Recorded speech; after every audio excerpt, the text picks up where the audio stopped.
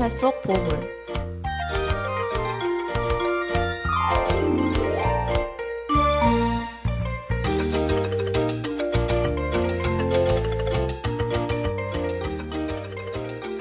바다는 그 자체로 거대한 미지의 세계이자 우리가 완전히 이해하지 못한 복잡한 생태계입니다.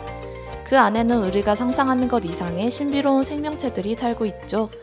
이들은 마치 심해의 보물처럼 그 빛을 발하며 우리에게 경이로움을 선물하는데요.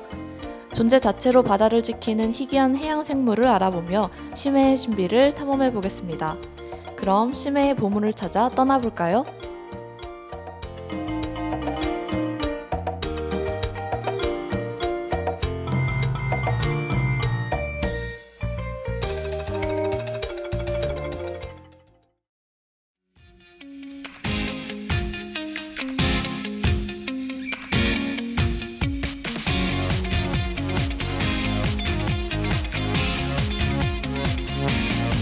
떠나요 둘이서 모든 걸 훌훌 버리고 제주도 푸른 밤 그 별 아래 이제는 더 이상 얽매이긴 우린 싫어요. 신문에 TV에 월급 봉투에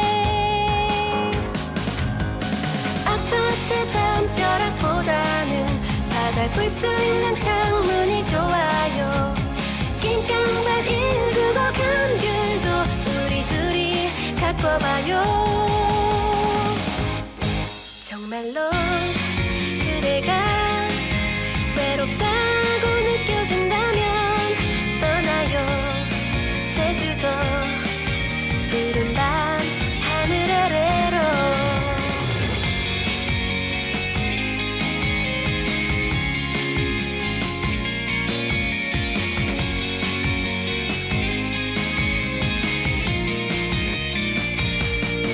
떠나요 둘이서 힘들 게 별로 없어요.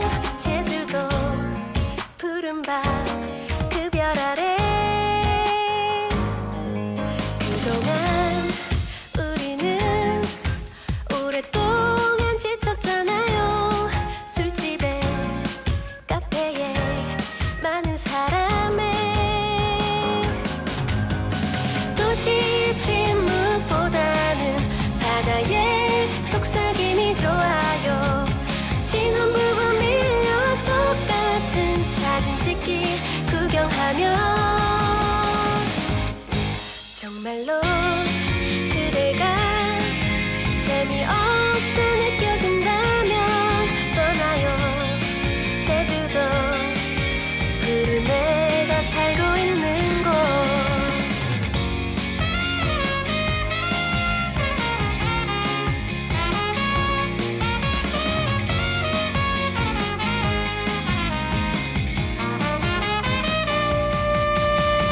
도시의 침묵보다는 바다의 속삭임이 좋아요. 신혼부부 밀려 똑같은 사진 찍기 구경하며 정말로 그대가 재미없다 느껴진다면 떠나요 제주도 푸른 애가 살고 있는 곳.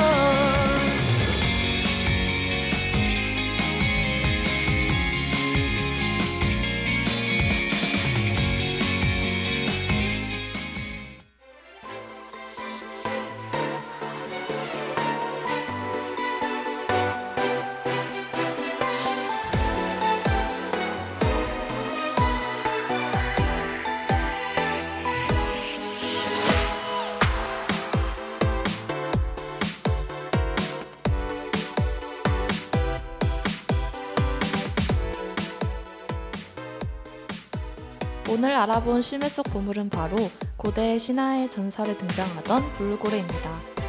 우리에겐 대왕고래, 흰수염고래라는 이름으로 더 익숙하죠. 지구상에 현존하는 가장 큰 동물로 알려진 이 고래는 길이 약 30m, 무게는 대략 200톤에 달하는데요. 어린 새끼의 길이가 7m인 것을 생각해보면 블루고래의 성체는 상상을 초월하는 크기임을 알 수 있습니다. 블루고래라는 이름은 고래를 위에서 내려봤을 때 온몸이 청회색으로 보이기 때문에 붙은 이름인데요. 또한 붓으로 스친 것 같은 잔무늬가 몸 전체에 흩어져 있죠. 검은색의 수염이 있고 호흡할 때 공기공으로 내뱉는 물의 높이가 15m에 달한다는 특징도 있습니다.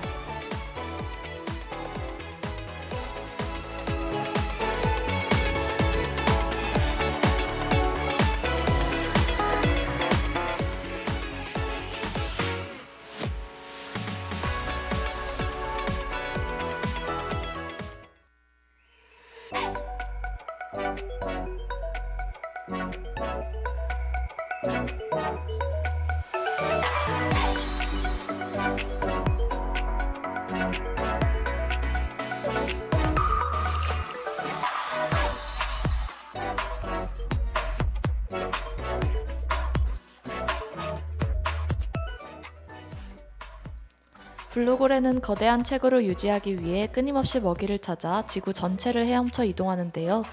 주로 먹이가 풍부한 남극해와 북극해에서 발견되죠. 블루고래는 이처럼 차가운 극지방에서 먹이를 구하고 따뜻한 열대 지역에서는 새끼를 낳습니다. 넓은 거주 반경에 걸맞게 헤엄치는 속도도 빠른 편인데요. 최고 속력은 40km/h에 이르지만 더 놀라운 것은 이 속도로 수십 분을 헤엄친다는 것이죠. 고래 연구학자들의 관측에 따르면 블루고래는 열흘 동안 4,000km를 이동한다고 합니다. 이에 더해 수백 미터 깊이까지 잠수할 수 있고 한 번의 숨으로 최대 90분 동안 잠수할 수 있는 능력이 있는데요. 이 능력은 고래의 심장이 자동차 크기와 비슷하고 혈관은 사람이 기어갈 만큼 굵기 때문입니다. 덕분에 깊은 바다의 압력도 견디는 힘이 발생하며 장시간의 잠수도 가능하도록 효과적으로 산소를 공급받는 것이죠.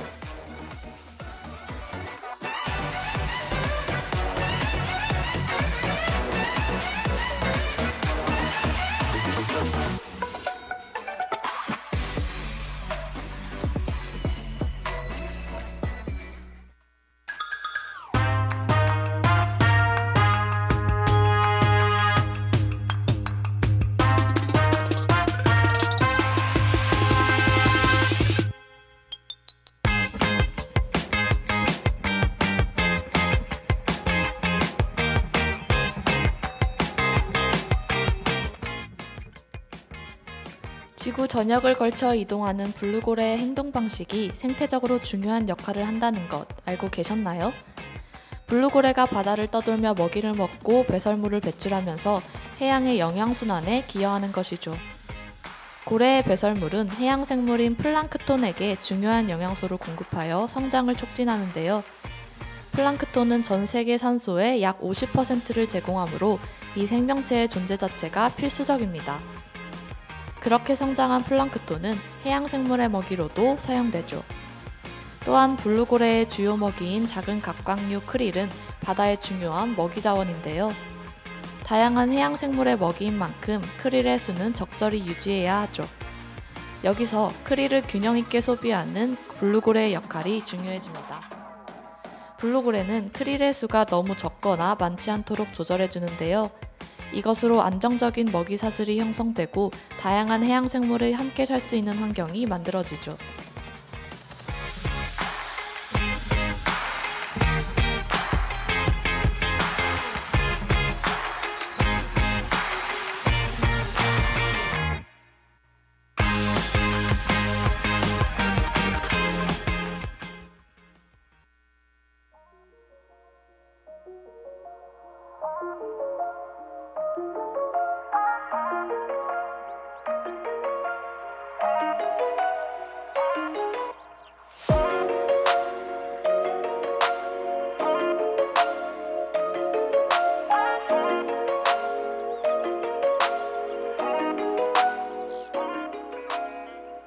그러나 블루고래의 생태적 중요성은 여기서 끝나지 않습니다. 블루고래는 거대한 몸에 엄청난 양의 이산화탄소를 저장하는 것으로 알려진 능력자인데요. 블루고래는 연평균 33톤가량의 이산화탄소를 흡수합니다. 나무 한 그루가 매년 탄소 22kg을 흡수하므로 한 마리의 고래는 1500그루의 나무를 대신하는 것이죠. 그런 고래가 죽으면 몸속에 포집된 탄소는 어떻게 될까요? 자연적으로 죽은 고래는 바다 아래로 가라앉고 고래가 저장한 탄소는 수백 년간 바다 밖으로 배출되지 못합니다. 이에 따라 기후변화의 대책으로 블루고래의 보호가 거론되는 것이죠. 동시에 블루고래의 사체는 심해의 여러 생물에게 귀중한 영양 공급원이 되기도 하는데요. 사체에 단백질, 미네랄, 지방과 같은 영양소가 포함되어 있기 때문입니다. 특히 빛이 전혀 도달하지 않는 심해는 먹이를 쉽고 다양하게 구하기 힘든 환경이죠. 그런 환경에서 고래의 사체는 해양 생물들이 오랫동안 충분한 먹이를 섭취하도록 도와주는데요. 결국 블루고래는 그 죽음으로도 다양한 이점을 제공하는 것이죠.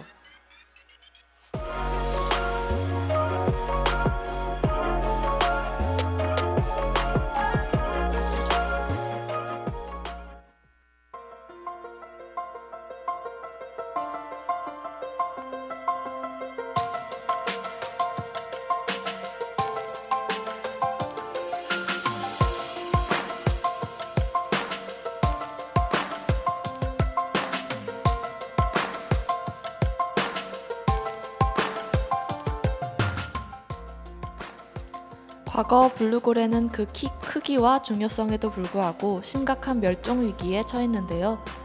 현재는 멸종 위기 동물로 지정되어 개체수 증가에는 성공했지만 여전히 많은 위험이 존재합니다. 해양 오염과 산성화는 해양의 먹이사슬을 파괴하여 블루고래의 생존에 치명적인 영향을 미치죠.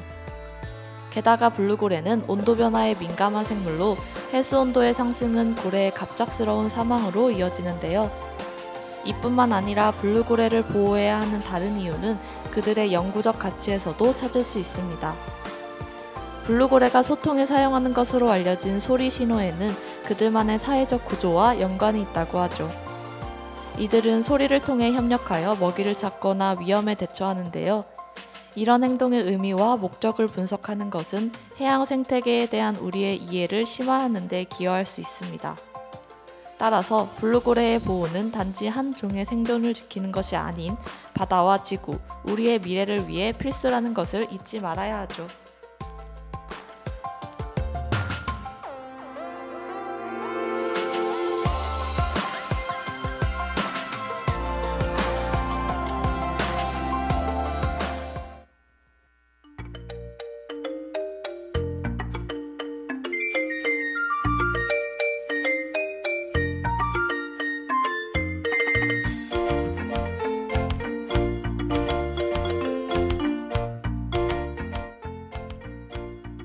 오늘은 역대 지구의 생물 중 가장 거대한 생명체 블루고래에 대해 알아보았습니다. 블루고래가 심해의 보물로 여겨지는 다양한 이유를 다시 떠올려보고 이 거대한 존재를 보호해야 할 우리의 책임까지 꼭 기억해주세요. 블루고래와 같은 해양 생물이 자유롭게 바다를 헤엄칠 수 있도록 해양 생태계를 지키는 일에 관심 가져주시길 바랍니다. 그럼 다음 이 시간에 더 신비로운 이야기로 만나요. 안녕!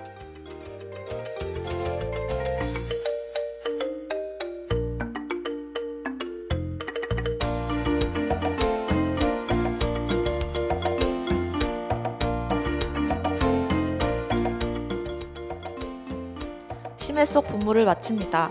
이 시간 제작 박설이, 기술 이채원, 진행의 박이솔이었습니다.